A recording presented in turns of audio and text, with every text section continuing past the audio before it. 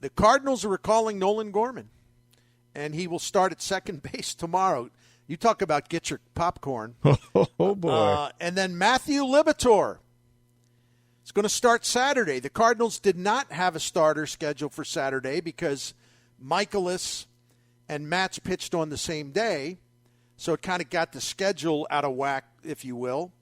So they had to fill that slot Saturday. Well, Derek Gould also confirming this. Also says Tyler O'Neill to the injured list with a shoulder issue. That's why he wasn't in the lineup today. So how about the fact you got the two guys from Sandra Day O'Connor High School in Arizona, friends for a long time.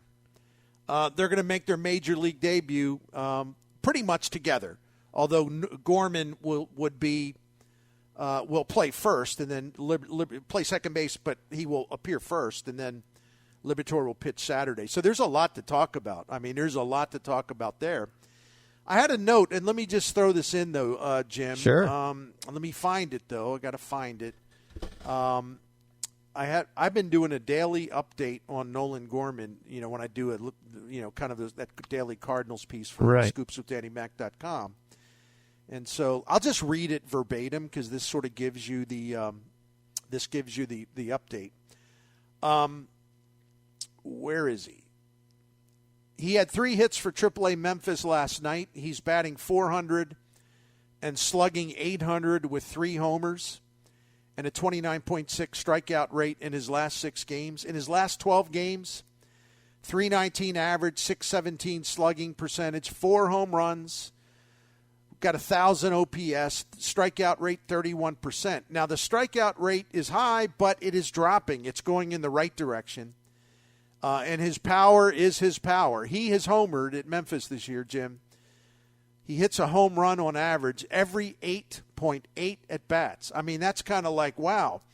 What I wanted was him to cut down on the strikeouts because at the time where everyone was losing their minds, get him up here now, it would have been the worst time possible to get him up because he was having major problems that he had to fix, and he's starting to fix them. I don't think we're going to see a guy who's a graceful second baseman or anything near an above-average second baseman. But the Cardinals clearly believe they've got to jolt this lethargic team that just simply lacks consistent offense. So they are going to take their chance. I don't know because I'm doing live radio, so I can't keep up with some of the stuff right now. But I guess they're going to take their chance and put Tommy Edman at shortstop. I don't know how else they're going to do this. Because if Gorman's going to play second, I know that unless Edman is hurt, and I don't think he is, it seems like that's where this is going to go. But if we find out more, I apologize. I don't know this in real time, but that's why I'm talking instead of reading Twitter all day. It's when going I'm on to be the air. Yeah, interesting, it's gonna be crazy. Yeah, finally, the long-awaited wait is coming, so we won't have anything to complain about, Cardinal fans. I mean, those that are keeping, I'll watch. How much longer is this going to take? Well, he's going to be here. They get the Pirates this weekend. If there's a team that you might want to break in against, Pirates aren't a bad team to break in if you're a new guy. So you get the Pirates. Waino's going to pitch tomorrow night. He dominates against the Pirates, so You like that opportunity.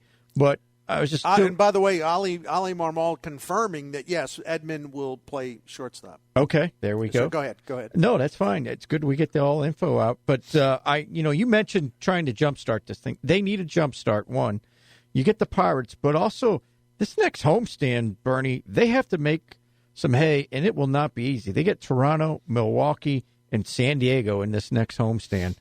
All good baseball teams. So you might want to have all the ammunition you can gather to make your offense go with this next homestand coming up because they need to start playing better at home too. So no doubt, it's going to be a fun watch to see. Well, we're going to find out.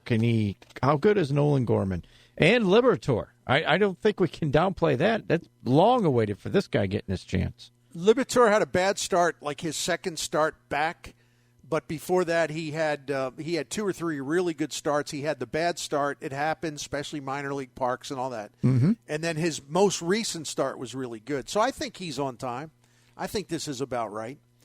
And I also think that, frankly, if we're going to jump ahead just a little bit, if Gorman is here to stay, and they've always said once they bring him up, they want him to stay, period. Right. They're going to have to, instead of doing something stupid, which, of course, they will out of their stubbornness and refusal to eat money, they're going to have to do something when O'Neal comes off the IL, and I really hope that it's not something stupid by sending down a player that doesn't deserve to be sent down, instead of just having an adult conversation and coming down to a central finding, which is, A, are we trying to win or not?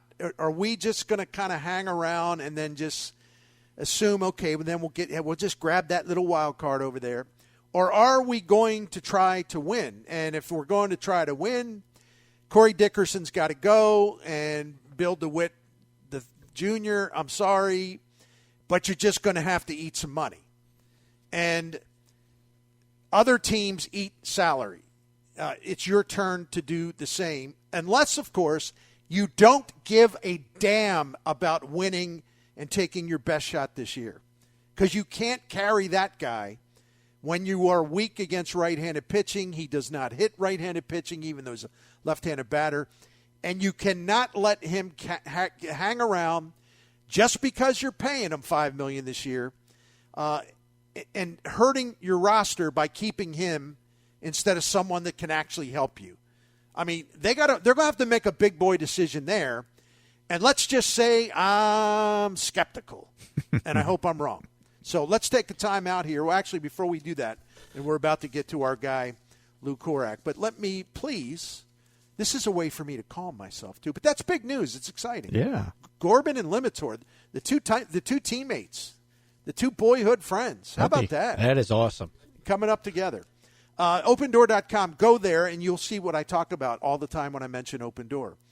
The site will give you a chance to do a quick learning job on what Open Door is and how the services work. I found when I went there the first time, I said, wow, this is really quick and really easy. And what a good idea. And what the idea is they reinvented a whole new way to sell your home, and you sell it to them. You eliminate certain things, and you don't have all these problems with stress and listings and showings and people bothering you and everything else. And what would the world be like if we never tried a different way to do things? We did the same thing over and over again, the same way, literally for decades or our entire lives. So if you're thinking about selling your house, check out the new way to do that. Think about selling it to Open Door. And it's really easy to get started. All you got to do is request an offer, and that's it. I mean, you're not obligated to do anything else, so don't worry about that. But this is your way to find out if it's something that you would be enthusiastic about. Hundreds of thousands of people have already requested their offer. So you go to OpenDoor.com, you enter your address, you tell them a little about your house, and they're going to make you an offer in minutes. Open Door takes a look at your house along with recent sales in your neighborhood, and they come up with a very competitive offer. This is a real offer we're talking about, and you'll know how much you're going to get. You can close when you're ready. This is on your timeline. And you can do everything online, so it's really easy, and it is really quick. You get to skip all the hard parts, forget about making repairs yourself or doing any prep work yourself or having a bunch of showings or getting bothered by text messages all the time. You get to skip those hard parts. So sell your home directly to Open Door, and you can take that jump over the traditional process and into doing it the new way. Sell your home the new-fashioned way at OpenDoor.com/KFNS. That's OpenDoor.com/KFNS. Offer eligibility varies. Open Door is represented by Open Door Brokerage, Inc., license 0206-1130 in California, and Open Door Brokerage, LLC, in its other markets. When we return here on The Bernie Show, and again, the news, if you just missed it, the Cardinals are recalling Nolan Gorman and Matthew Liberatore from AAA Memphis. Gorman has been back on a roll again after about a 10-day slump that was pretty bad. He's rolling. He's cutting down on his strikeouts, although that's still going to be an issue and a challenge for him. And Matthew Liberatore, other than one recent bad start, if you look at his last 5-6 starts as a group, he's been really good in all but one. So they're on their way. Liberatore's going to start in Saturday's game at Pittsburgh. And Gorman will be in the starting lineup at second base tomorrow in Pittsburgh. And Ali Marmol confirming to the media on the ground in New York after the Cardinals lost today that, yes, Tommy Edman will be at shortstop. So they, Jim, before we take a break, and I'm sorry about stretching this out, but I think just want to put this to bed for now before we talk to Lou Korak. We'll take a break and then talk to Lou. The Cardinals really pushed back on this idea that they were going to do this. They did not want to do it. They just did not want to do it. They did not want to move Tommy Edman to short. They did not want to weaken their defense, but now they're doing it. And they're hoping for a payoff, as in fly ball right field gone. A lot of that, a lot of that. But get ready, buckle up, because Nolan Gorman is going to be seeing sliders like he's never seen before. This will be fun to see how he can handle it. Maybe maybe chat for about 5 more minutes and just recap the big news of the day, which is that the Cardinals are recalling their 2 top prospects in terms of position player and pitcher. Matthew Liberatore, who was acquired when John Mozeliak traded Randy Arozarena to Tampa Bay. And Liberatore is a legit prospect. He's got a lot of talent. He's been working on change-up, getting another weapon to use against right-handed hitters, because he's a lefty. And they think he's made enough progress to where he's ready. So this will be fun to see how he does. He's going to start Saturday in Pittsburgh. Nolan Gorman, the top power-hitting prospect. Jordan Walker may be the top prospect overall. But Nolan Gorman, certainly not only the biggest power-hitting prospect in the Cardinals organization, and still very young, but maybe top 2 or 3 power-hitting prospects in all of baseball. And so he's coming up to play second base. He'll be in the lineup tomorrow. Ali Marmol also confirming that Tommy Edman is moving to shortstop. So that happened quick because they were dug in and resisting that idea. I was against it because I didn't think Gorman, in terms of his offense, was let's just say he wouldn't have had his best chance to succeed because he was striking out over 40% of the time. And we already know what that's like because of what Tyler O'Neill has gone through now and what he's gone through in the past. And a guy that's got such serious contact issues, you got to be smart about there's a time to press the button and bring him up. There's a time to wait it out a little bit. And they chose to wait it out a little bit, and they were right because he was in pretty bad shape there for a while, Gorman, as far as the strikeouts. I mean, he really went in a nosedive. But the last 6 games, 10 games, he's been, breaking his way out of it. Still striking out a lot, but it's enough improvement. I guess they figured, look, it's time. And I think more than anything, Jim, they just want to shake this thing up. I mean, that's a frustrated team. You can't count on them to score runs on a consistent basis. They don't have enough. They need another left-handed bat that can be a threatening presence in that lineup. Sorry, Corey Dickerson, you ain't it, pal. No, nothing personal. And I just hope, though, that, everyone's going to be getting all jacked up about him playing second base. It's like, oh, see, they're making they're making the big change. Tommy's their shortstop now. I would just say not so fast because they're going to need a DH to go against right-handed pitching. And I know Yepez can do that. But I also think Yepez is going to loom larger in the outfield because now you got O'Neill on the IL with a shoulder inflammation or whatever it is. Don't know how long that's going to take before he's back, right? Yeah. So it's a situation where, Yepez may become their left fielder, their regular left fielder for a while. And if O'Neill can't hit when he comes back, whenever that is, well, if Yepez is tearing it up, why wouldn't he stay in left field? So that opens the door wide open for Nolan Gorman to be almost a full-time DH, but definitely a full-time DH against right-handed pitching with Pujols doing it against left-handed pitching. You may have something going there. See, I'm much more in favor of that than everyone that wants to play fantasy general manager and start moving people all over the board. Let's put Bader at second base. All that kind of stupid stuff. Yeah, we don't need any of that. To me, the straightest line to success for Gorman is with his bat, and the straightest line for that bat is to plug it in the DH hole. And then you don't have to worry about your defense suffering. And it's not like you don't need help at DH, because Corey Dickerson ain't the answer, right? I agree with that. I think we've seen enough there. You started by saying desperation. I think they realize they need to make a change, because what they're trying to accomplish is just not working. Dickerson's not working.